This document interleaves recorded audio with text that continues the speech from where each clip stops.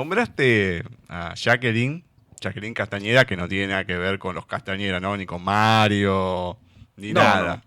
Y también Julián, que es tu hijo, que han hecho doblaje y demás, han estado. ¿Te ha tocado con ellos en algún proyecto? Y si es así, sé que con Jacqueline un poco más. Pero, ¿cómo es trabajar con la familia? Mira, he trabajado con mis dos hijos, Ajá. porque Nicolás, el hijo mayor, mi hijo mayor, que ahora es un tipo grande, eh, cuando era muy chiquito hizo una serie, era el único nene que tenía a disposición, entonces lo capté. La primera serie que graba non-stop en Buenos Aires se llamó Aus Gutem Haus, después de las series de Locomotion, ¿no?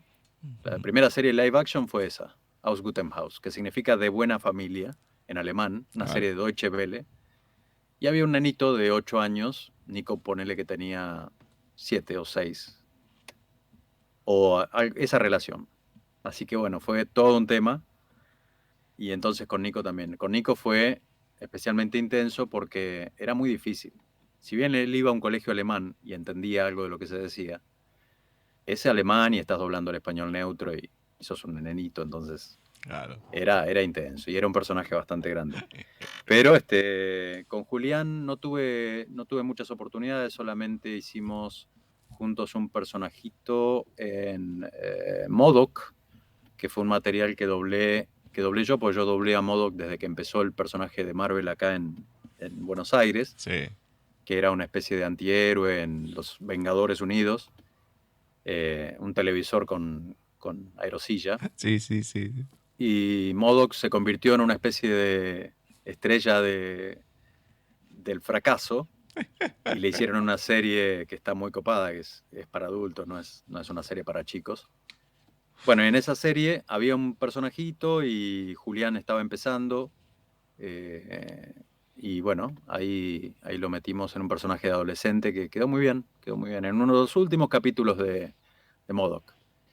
Y con Jackie, bueno, Jackie la conocí en mi sala de doblaje de Olivos, cuando estábamos dirigiendo allá para Disney, año, no sé, 2004, por ahí.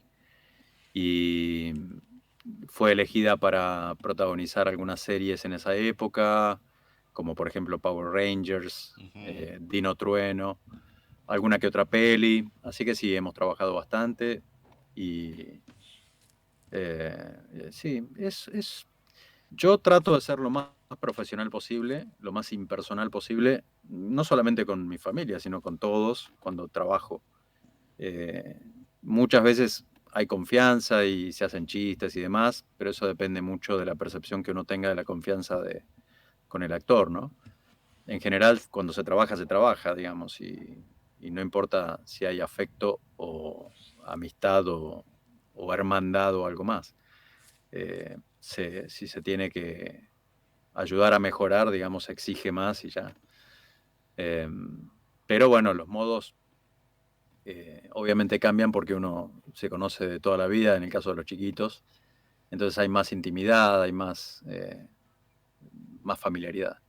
En el caso de Julián, ya te digo, fueron muy pocas oportunidades, de hecho Tian creo que lo ha dirigido mucho más que yo, así que sé que le va a ir bien porque es muy buen actor, el actor de teatro, entonces seguramente lo va a hacer bien en el doblaje también. Está calificado.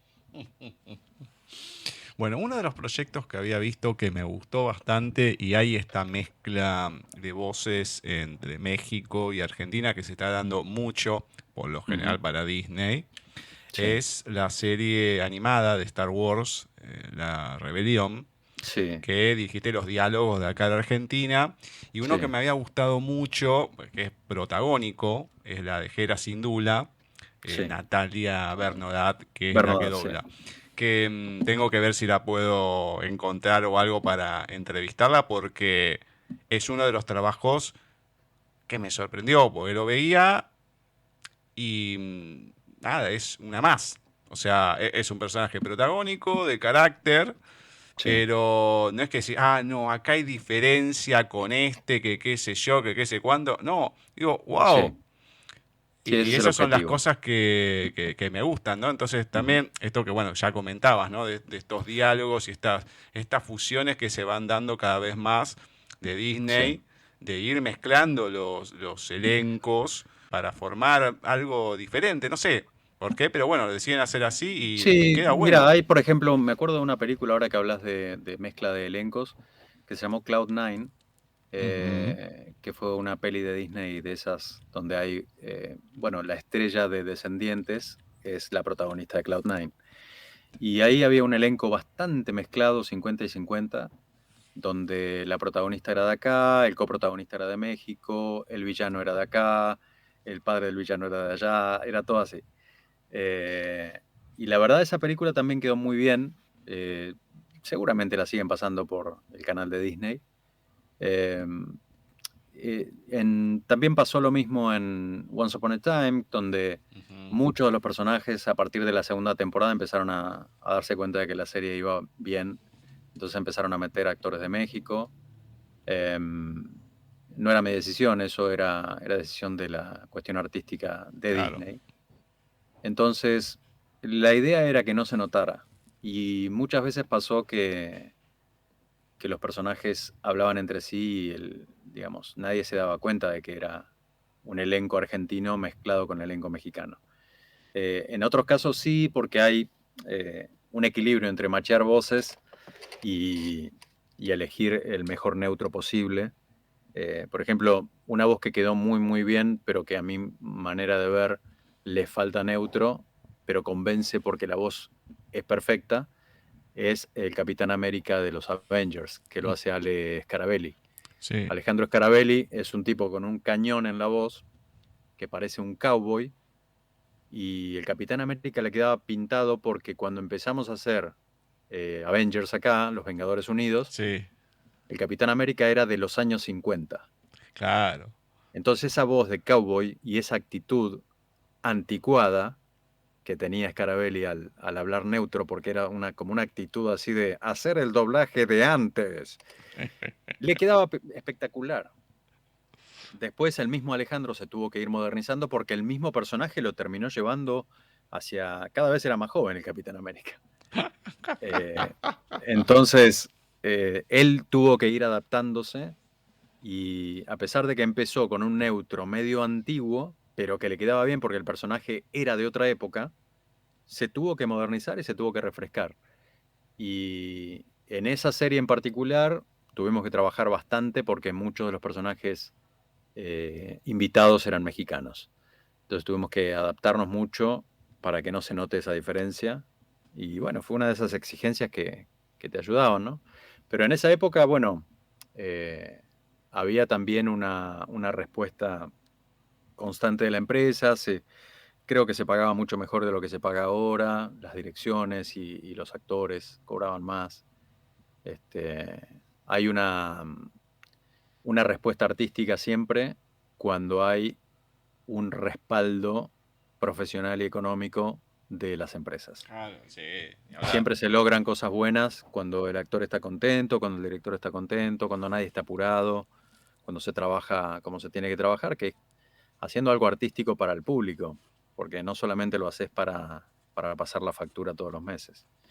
Entonces, eh, eso es lo que pasa un poco con el doblaje, ¿no? Que te da satisfacción hasta que te deja de satisfacer porque no, ni siquiera estás haciendo el trabajo artístico que querés hacer, porque no te dan los tiempos, porque no te dan, digamos, la exigencia de los clientes. Hay veces que decís, ¿por qué eligieron a este personaje para que sea doblado por este actor?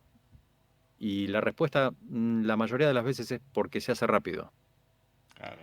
Porque no, viste, cuando no machea, cuando decís, este tipo tiene otra edad. Claro, sí, sí, sí. Y eso tiene que ver, desde que yo empecé, me acuerdo, a mí me pasó que había una serie alemana que la hacía un colega que tenía por lo menos 30 años más que yo. Y el director de pronto se hartó de que él quería grabar rápido y que tenía otras cosas que hacer y la serie venía una vez por año. Y de pronto lo reemplazaron por mí, que tenía 20 y pico de años, y el personaje tenía 70. Imagínate cómo tiene que haber quedado esa serie. Claro. Y hacía 3 temporadas que venía con la voz del señor y lo reemplazaron por mí. ¿Por qué? Porque lo hacía rápido. Y yo no tenía idea, hacía 3 meses que estaba trabajando, no tenía idea ni lo que pasaba. Y lo hice. Y la verdad, el resultado tiene que haber sido un espanto. Entonces lo hice como actor por inexperiencia, porque no pregunté, porque me dijeron, no, ahora tenés que hacer esto. Bueno, ok. Muchas veces uno como actor hace lo que le piden. Y le dije, pero este tiene otra edad. Sí, pero te va a quedar bien, no te preocupes. Claro, sí. Terrible, terrible. Entonces, el actor, bueno, el estudio hizo una cosa con Deutsche Welle que fue increíble. Le dijo a Deutsche Welle que el actor había muerto para darle la excusa de que por qué lo habían cambiado, ¿no? Y el actor no había muerto. Cuando Deutsche Welle se entera de que el actor no había muerto, imagínate la de mails que debe haber habido, ¿no? Así que a ese nivel, o sea, lo más importante es terminar rápido el trabajo y hay cosas que tienen que ver con demostraciones de poder y cosas lamentables de la condición humana que influyen al final y que el público que ve o escucha lamentablemente no sabe qué pasó ahí. Entonces, sí, muchas de las veces es porque se hace más rápido. Sí, sí, sí, sí. Bueno, un Me poco. acuerdo, me acuerdo de un caso, hablando de esa serie ¿cómo se llamaba? Rebels, La Star de Star Wars Wars, Rebels. sí, la rebelión le habían puesto Exacto. en Star Wars latino, Rebels. digamos. Sí, a mí me llegó como Star Wars Rebels. Sí, Seguramente después le pusieron el título. Uno de los personajes, me acuerdo que lo hizo Julián Pucheta. Julián Pucheta es un actor sobre todo de comedia musical, de teatro. Tiene una voz como la del señor Burns, sí. a pesar de que es un flaco joven. Le quedaba pintado a un personaje, lo grabamos, un personaje que era un soldado, medio cómico, medio dark. Y en el último capítulo tenía una retoma y no podía venir. Y el estudio se encaprichó en que tenía que venir ese día y le dice, no puedo, estoy en un ensayo, no puedo ir. Pero te mando un auto, no, pero no se trata de eso, se trata de que estoy haciendo otra cosa, no puedo. Me estás llamando de hoy para hoy, no puedo, tengo un compromiso. Cambiaron todo el personaje porque no podían hacer esa retoma. No lo puedes esperar un día más. Si grabarlo de nuevo va a tardar un montón más. Claro. No lo podían esperar un día. Entonces pasan esas cosas. Y se arruina un personaje. Lamentablemente se pierde una naturalidad que se había logrado y demás. Entonces ahí te dan pistas de que en realidad no es importante cómo queda. No, o a lo mejor no es importante el tiempo, sino lo tenés que hacer La cuando te gente que va digo a que lo tenés escuchar que ese hacer. doblaje no sabe cuánto tardaron en hacerlo. Yo siempre pienso que, por ejemplo, la primera de Descendientes que hice no tenía una voz de un joven adolescente y lo llamé a Brian Pavón, que no podía decir 2 palabras sin equivocarse. De verdad, él lo sabe, se lo he dicho. Y aprendió durante la grabación de ese personaje. ¿Sí? Y te lo digo con orgullo porque el tipo tuvo también el valor y el carácter que hay que tener para bancársela de estar 3, 4 horas y avanzar 5 o 10 minutos en el video. Y decir, no sirvo para esto, porque lo decía. No, Ale, no, pero te queda bien. Después, cuando el público lo vea, cuando el público escuche tu trabajo, no sabe cuánto tardaste en hacerlo. Pero vos lo ves la película Descendientes 1, y el personaje del Principito no sabía hacer doblaje. Y vos lo ves hablando con los que ya sabían hacer doblaje y no te das cuenta. Entonces, el respeto por eso, así como te digo que pasó lo de Pucheta, también pasó esto, que me bancaron, que tenga un actor novato, pero no tenía otro personaje que tenga la voz tan exacta, con un match tan exacto como el de Brian. Entonces aposté todo a que el match valga la pena y vi que tenía oído, tenía capacidad, solo tenía que sostener un poquito los caballos, porque era como muy ansioso Brian, y lo logró, con esfuerzo, con dirección. Después anda haciendo estupideces por ahí en internet y demás. Ahora te dobla hasta los cables, te dobla todo. Pero en esa época era como, wow, no podía decir 2 palabras sin pedir perdón. Gran chico Brian, y aprendió y tuvo la fortaleza anímica que hace falta para bancársela y aprender. Porque no es fácil que te digan todo el tiempo esto no, así, de este Claro. lado. Hay personalidades que no se la bancan. Claro, pero que te frustra, porque Claro, más allá que te puede, y hablando es mal y pronto, difícil, hinchar y las yo creo, pelotas, pero te termina frustrando porque no podés avanzar y es una equivocación atrás de la otra. claro, yo creo que lo más difícil es que él sabía lo que había que hacer, pero no lo podía hacer. Claro. O sea, él se daba cuenta y por eso siguió, porque si no le hubiera dicho, no, Brian, ¿sabes qué? Te falta esto, esto y esto. Pero yo me di cuenta de que él se daba cuenta de lo que había que hacer.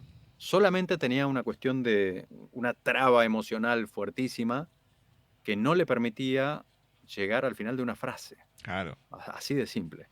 Y bueno, vos lo ves en esa película que la pasan 250 veces por año y escuchás al chabón. Hay una sola frase que no me gusta como quedó de todas las que hizo. Una sola frase. Y la verdad, no se nota que el tipo no sabía hablar neutro y no sabía hablar en sincro. Lograba cierta actuación y demás, pero no, o sea, se notaba que sabía, tenía pasta. Eso es algo que te tenés que dar cuenta como director.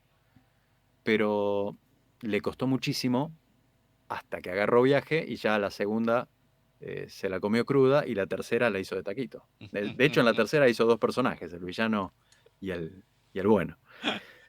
Así que imagínate las cosas que han pasado. Digo, el estudio también tuvo esa actitud con Pucheta, así como Palmera tuvo esa actitud con aquel viejo actor de doblaje, ahora no me acuerdo el nombre, de una serie que se llamaba Derrick, también alemana, también de Deutsche Welle.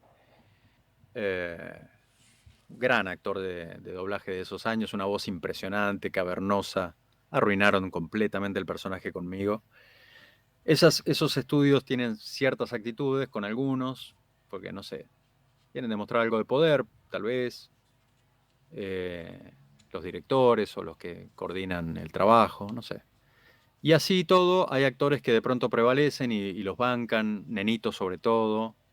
Bueno, hay que tenerle paciencia porque está empezando, y eso está bárbaro. Habría que hacerlo con todos, para que el trabajo siempre sea respetado al máximo. Es muy difícil, pero bueno, se tiene que poder lograr. El tiempo que tarda un actor no puede ser igual del otro, no se puede estandarizar el doblaje. Cuanto más estandarizado, lo más probable es que te quede más estándar a los oídos y no te emocione para nada y no te llegue. Vos escuchás a los nenitos que estoy dirigiendo en Bing y es súper dulce porque se lo creen al máximo. Tienen una intensidad de actuación que muchos actores de doblaje adultos ya no la tienen. Entonces eso es vigorizante. Espero que el resultado cuando se vea ese material, que espero sea pronto, yo creo que la primera temporada ya va a salir pronto,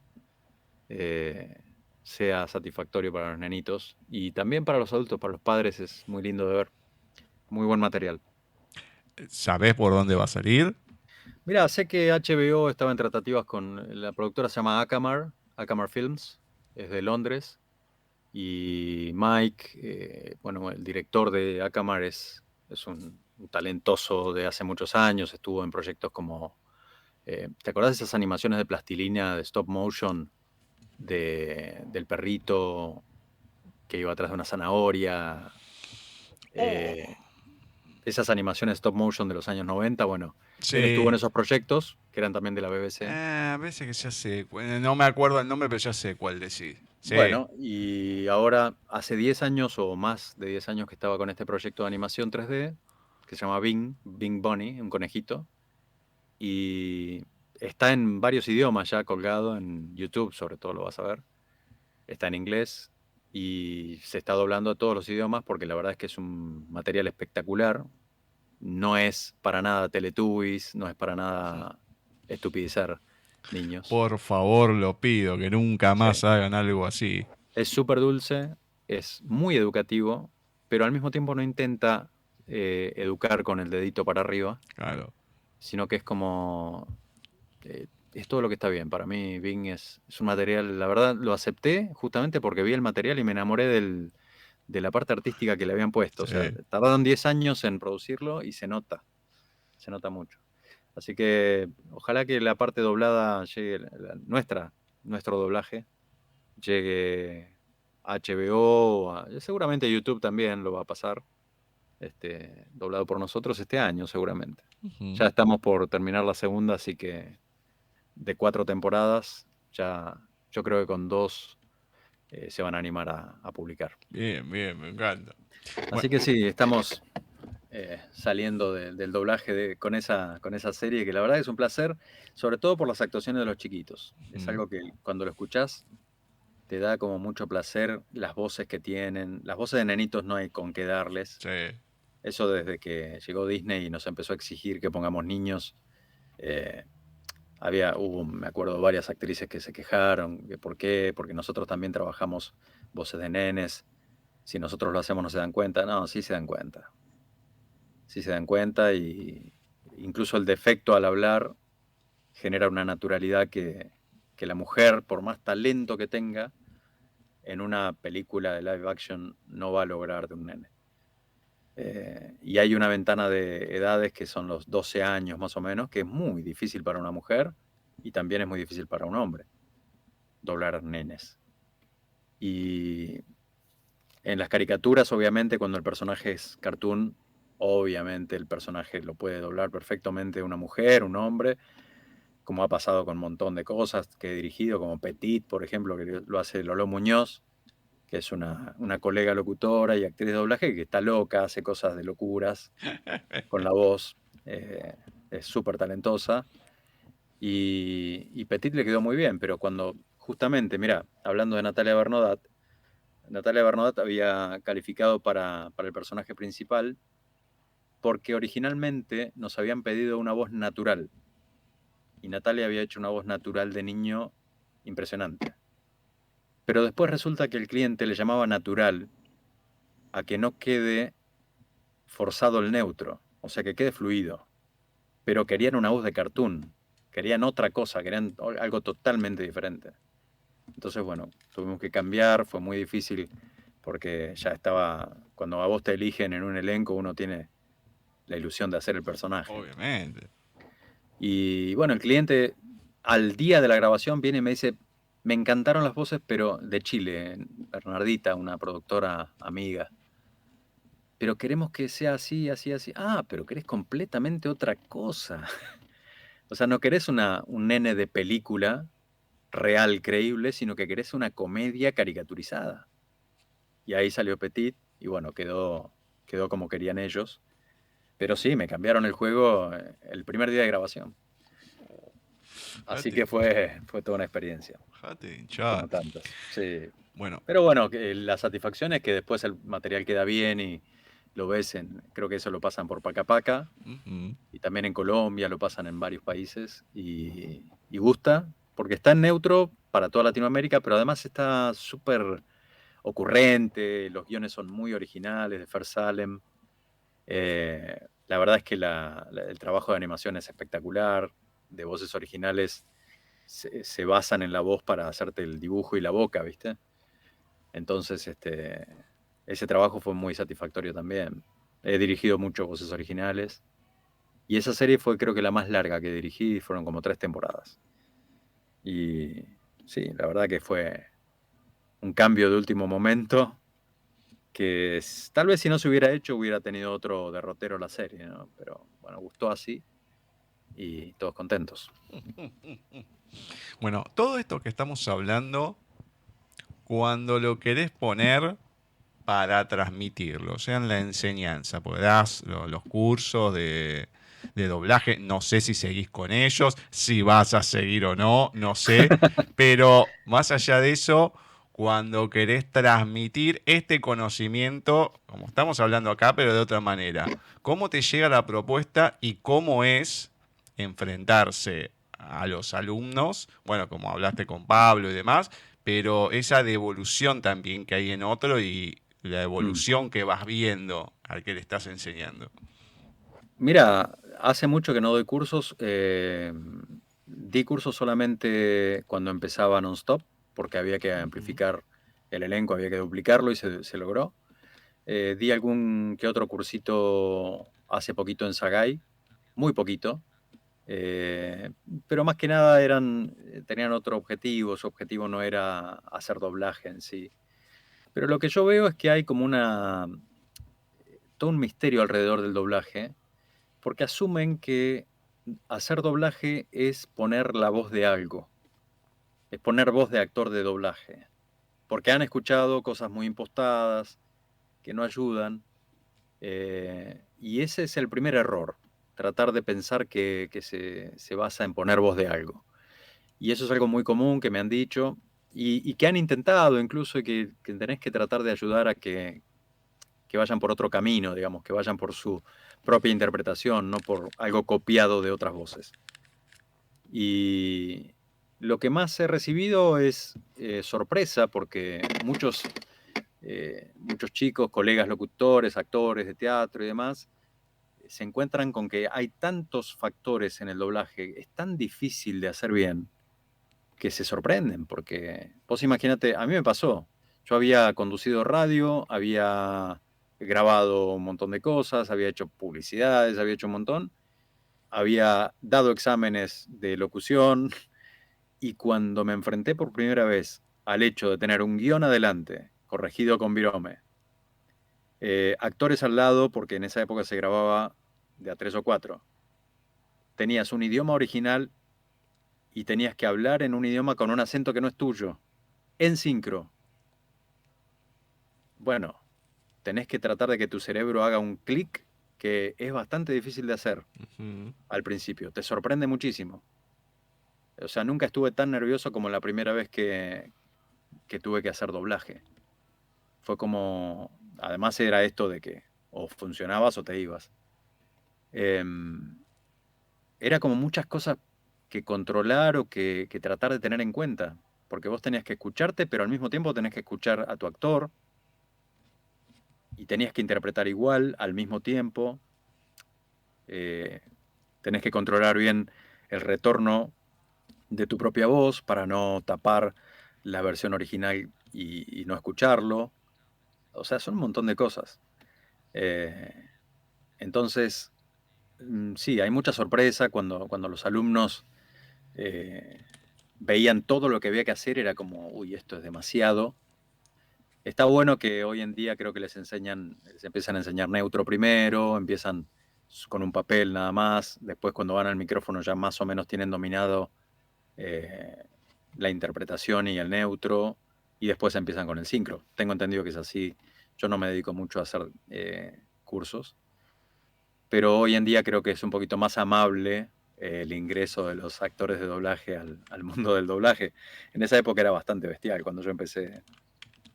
Empecé en una época medio rara, porque antes de mi generación aprendían en actores y tenían el carnet incluso, los colegas, pero en los años 90 se desregularizó todo con Menem y nadie aprendía nada, nadie enseñaba nada, facturabas, ya no tenías que cobrar por actores en esa época, era todo muy raro. Y después se volvió a tratar de enseñar, a formar al elenco y demás. Y hoy en día ya hay cursos por todos lados y me parece que hay una cantidad de actores que es difícil conocer a todos, ¿no?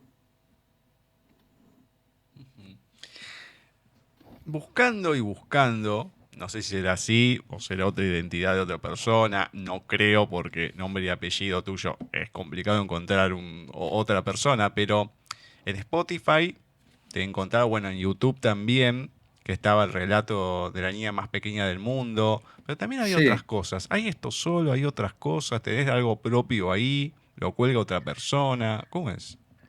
No, no tengo nada propio. Hice algunas cosas con mi esposa.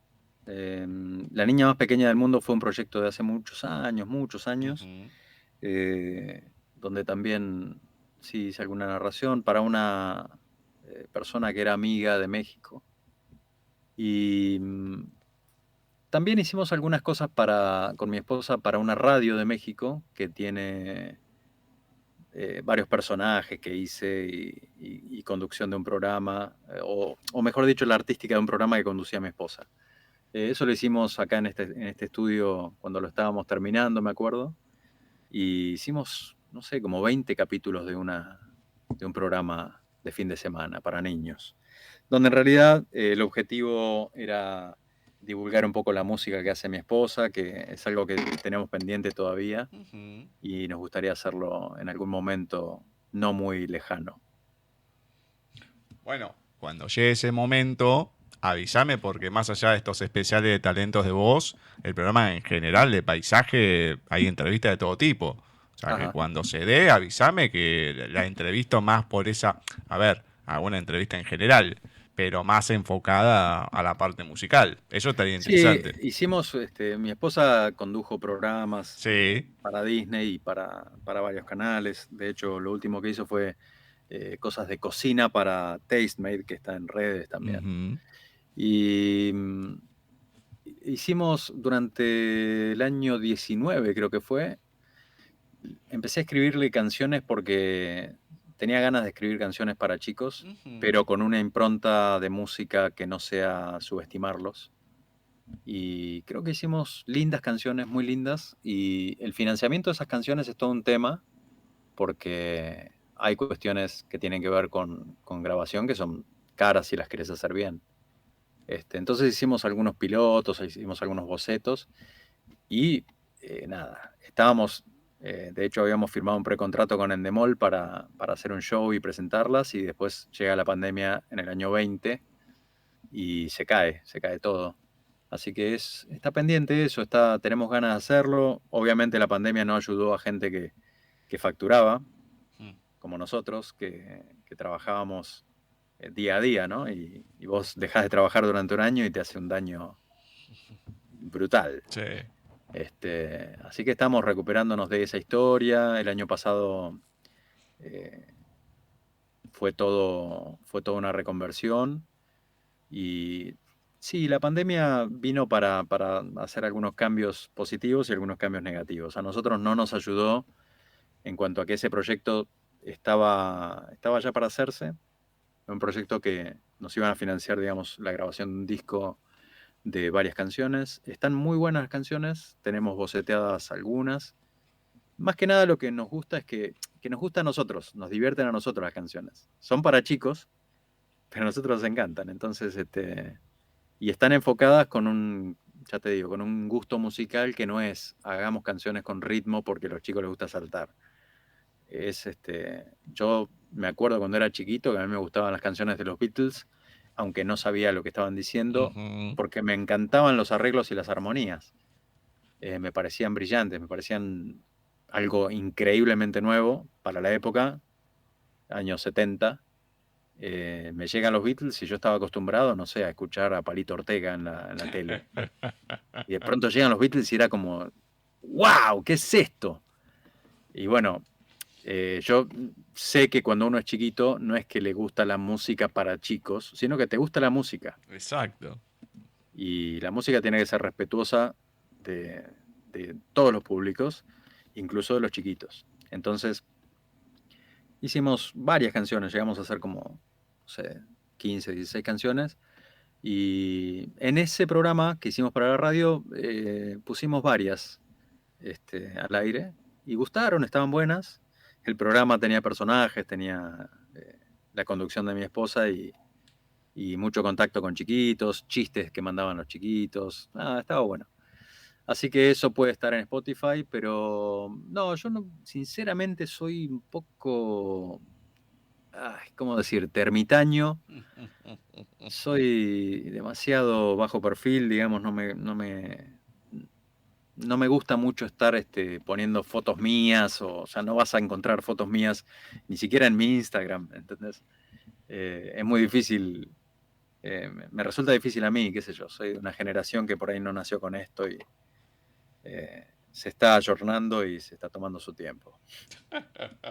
No te preocupes que yo estoy Pero igual, ¿eh? agradezco mucho tu propuesta y por supuesto que ojalá que avancemos con eso. Tenemos que financiar un poquito las grabaciones de las canciones y ver qué pasa. Yo creo que se puede hacer. Sí, se va a dar. Nos han propuesto hacer algún que otro show con esas canciones y bueno, Ujú, queremos armarlas bien para que sea algo respetuoso del público y claro. no hacer cosas que queden mal, ¿no? Que suenen mal o que estén hechas de manera provisoria, que no es la idea. Claro. Sí, sí, sí, sí. Uno se ha manejado siempre de manera profesional, no va a hacer cosas de amateur siendo tan grande. Bueno, y ya que decís que escribiste las letras y todo y demás, pregunta que hago siempre o desde hace bastante tiempo, ¿qué papel juega en tu vida, si es que lo juega, la literatura? Mirá, me gustó mucho desde chiquito siempre leer. Siempre en la escuela, me acuerdo de la escuela primaria en un pueblito de 3.000 habitantes que se llama General Conesa, que está en Río Negro, que lo recuerdo con mucho cariño porque era una época muy difícil para mí a nivel emocional, porque tenía una familia bastante disfuncional, mi madre se la pasaba laburando, tenía un esposo que era un desastre, una vida complicada, y yo creo que entre la literatura y la música me hicieron soportarlo. Este, y sobre todo la literatura, leía muchísimo. A mí me enseñó a leer, para que tengas una idea, una mujer que era una maestra jubilada a los 2 años. Ajá. Me enseñó a leer a los 2 años. Se puede aprender a leer a esa edad, yo lo hice, y leía los títulos de los diarios cuando tenía 2 años y medio, y cuando empecé el jardín de infantes, en esa época enseñaban, no sé, palotes, cosas, viste, tipo una barrita, dos barritas, tres Claro. barritas, y era un embole para mí que no te puedo contar. Me aburría muchísimo, me peleaba con algunos compañeros, o sea, y me querían cambiar de grado porque era como que ya sabía leer. Entonces, mi madre no lo aceptó y estuvo bien porque la verdad es que me parece que hubiera sido a nivel madurez estar en un grado más grande, ¿viste? No sé si ayuda mucho. Pero la verdad es que me encantaba leer. Leía muchísimo, leía novelas. Hubo una época que me copé con leer la historia de la Segunda Guerra Mundial Ujú. y es apasionante. Me leí no sé cuántos tomos de la Segunda Guerra Mundial y fue más que cualquier novela. O sea, me pareció... Cuando la historia la tomás como personas reales, cuando vos lees sobre Rosas y lees cómo se fue Rosas de su casa y por qué se fue cuando era un chiquito de 11 años y termina ayudando al lado de un cañón en la guerra de las invasiones inglesas, es mejor que cualquier novela. Claro. Lo que pasa con la historia es que está contada de una manera tan almidonada que hay muy pocos autores que hacen que a vos te interese y entiendas que fueron personas de carne y hueso. Y particularmente creo que me gusta más leer historia que leer novelas, por ejemplo. Ujú. Me encanta leer historia cuando está bien contada y cuando los datos te permiten ver a las personas que había, ¿no? Eso es súper importante. Y ahora hay también un proyecto pendiente que tengo quisiera hacer tantas cosas, pero estuve 20 años haciendo dirección de doblaje y me perdí un montón. Es narrar libros, o sea, los audiolibros me Claro. parece... A mí me encantaba narrar, por ejemplo, cuando narraba documentales para Animal Planet y Discovery Channel y incluso People on Arts, había algunas cosas muy buenas. Eh, y dejé de narrar durante muchísimos años, porque obviamente narrar es estar una hora en el micrófono sin parar, eh, como mínimo, y cuando dirigís no tenés tiempo. Entonces ahora que tengo tiempo, por ahí, esa es una de las cosas que me gustaría hacer, probar cómo es la experiencia de nuevo. Sé que no es lo mismo narrar un documental que un libro, pero es algo que me gustaría hacer, es algo que tengo como objetivo y en algún momento lo voy a hacer. Aunque sea para vivir la experiencia, porque es algo que me encantaba, narrar, contar historias y contarle al público como era algo interesante. Ujú. He narrado series enteras para Animal Planet, y desde historias de aviones hasta historias de... Me acuerdo que había historias de animales, había una serie que se llamaba De la cuna a la tumba, que te narraba toda la historia supuestamente desde que nacía, no sé, un elefantito, hasta que moría siendo un elefante viejo. Obviamente era todo edición, no podían esperar tantos años para hacer el documental, pero estaba muy bien hecha. Animal Planet tenía material muy bueno. National Geographic también. He narrado bastante, pero volviendo al tema de los libros, es algo que creo que hay mucha gente que se pierde de tomarse el tiempo. Es como escuchar vinilos en vez de escuchar música en Spotify.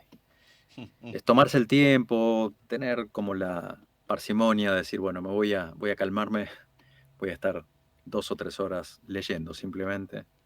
Es algo que es muy difícil de encontrar hoy, ¿no? Nadie tiene tiempo, aparentemente. Y yo te digo que con el programa estoy bastante tiempo, tengo que leer más de 70 libros al año y tener libros de 100 páginas y libros de 800. Entonces, yo lo Claro, hago por claro, el no. programa, a ver, lo tengo que hacer.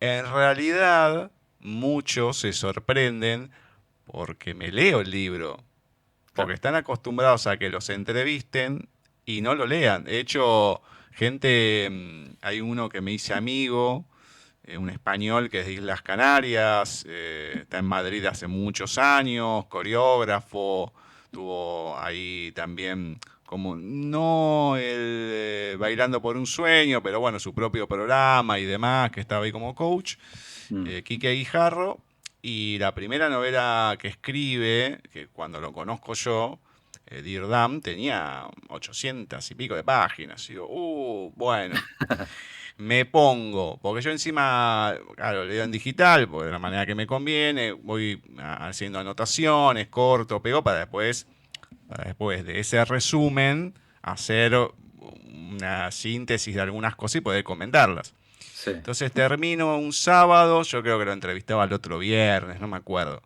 Le mando mensaje y me llama, pero no por WhatsApp, me llama directamente.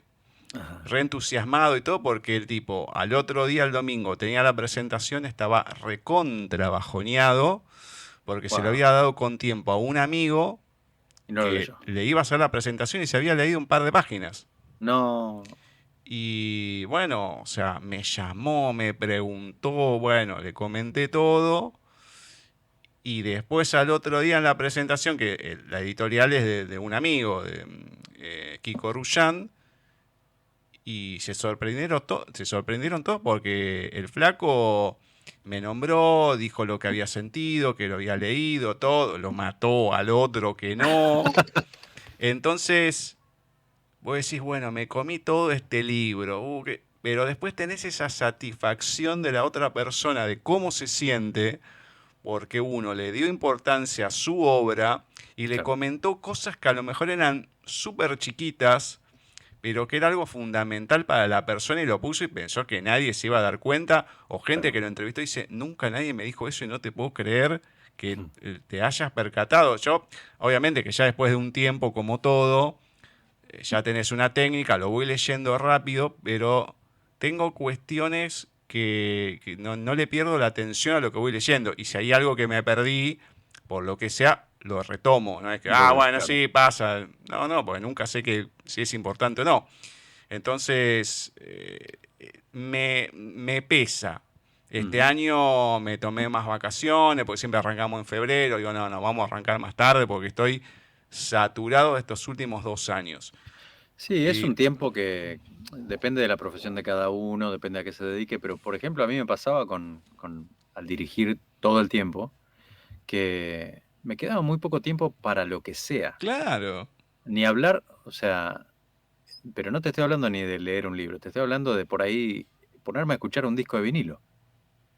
O sea, no había tiempo, porque llegabas con una energía tan baja, con una tensión, con los... Incluso yo siempre fui locutor, ¿no? Siempre hice comerciales, o sea, eh, pero no tenía tiempo, entonces me perdía un montón de castings, me perdía un montón de cosas, y cuando llegaba a tratar de grabar algo, me pasaba que tenía una tensión en los hombros que mi voz salía completamente apretada, horrible, y no era, o sea, no podía, no me dejaba hacer otra cosa. Leer un libro, olvídate. O sea, era las obligaciones primero y el placer de poder leer un libro. Todos estos años, no sé si habré leído 2 o 3 libros. Lo último que estaba leyendo, que estuve leyendo, fue un libro de Víctor Hugo Morales, que encima escribe fácil, que se llama Papel Prensa.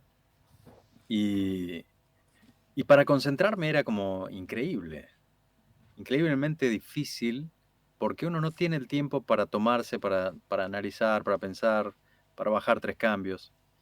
Y bueno, ahora justamente en estos tiempos que he cambiado, ya tengo más tiempo y ya puedo hacerlo. Pero es como que depende de la profesión, a veces estás muy limitado para leer libros. Y supongo que por eso también el éxito de los audiolibros, ¿no? Claro, totalmente. Sí, no, mucha gente, de hecho muchos compañeros tuyos de todos lados, Sí, dicen que ellos se engancharon trabajan en eso, ¿no? con el audiolibro. Sí, Van en el auto, qué sé yo, y se engancharon claro.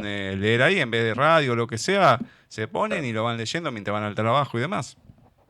Sí, incluso el hecho de no estar, por ejemplo, en un tren 1 hora por día, que tal vez te ayudaría, eh, también te permite, creo yo, ese tiempo en el transporte público. Pero claro, tampoco es que vivimos en Suiza y por ahí ir en un tren apretado con alguien, encima agarras un libro. eh, no se puede. Entonces, no es mi caso porque yo no he tenido trabajo de oficina en los últimos, no sé, 40 años. Pero digamos que sí, recién ahora podría retomar mi gusto por los libros, tanto los libros de historia como las novelas. Sí, tengo ahí una biblioteca llena de cosas que no he leído. Bueno, ya vas a tener ese tiempo. Ya vas a Sí, tener sí, ese tiempo. es una de esas cosas que uno quiere hacer, pero que nunca te das el tiempo y son decisiones en el fondo, Ah, porque sí, bueno, la verdad es que obviamente, pero. también uno se pone 1 hora o 2 a mirar tele también, entonces podría leer un libro. Pero querés relajar la mente de otra manera, o sea, si no tenés la capacidad mental para poder concentrarte, aunque sea levemente en un libro, y bueno, prendés la Sí. tele y bueno, tratás Bueno, de la aflojar. dirección de doblaje también te lleva a que estás leyendo todo el día y relajarte leyendo es algo absolutamente Claro, imposible, porque sí, estás sí, sí. leyendo guiones todo el tiempo, corrigiendo y adaptando, y llega un momento en que no puedes ver cosas en la tele sin pensar en cómo adaptar la letra, cómo sería la letra, o sea, es enfermizo. No, una ¿Entendés? locura. Es una locura total. Entonces, al menos para mí, ¿no? O sea, sé que por ahí es mi experiencia y no la de todos, pero me ha pasado que de estar viendo, no sé, una película de James Bond, pensando qué palabra sería la traducción correcta para hacer el doblaje y que quede bien de sincro. No, una locura. Como para pegarme un cachetazo a mí mismo y decirme, No, pero pasa, te digo que hay trata de varios que lo han disfrutar. comentado.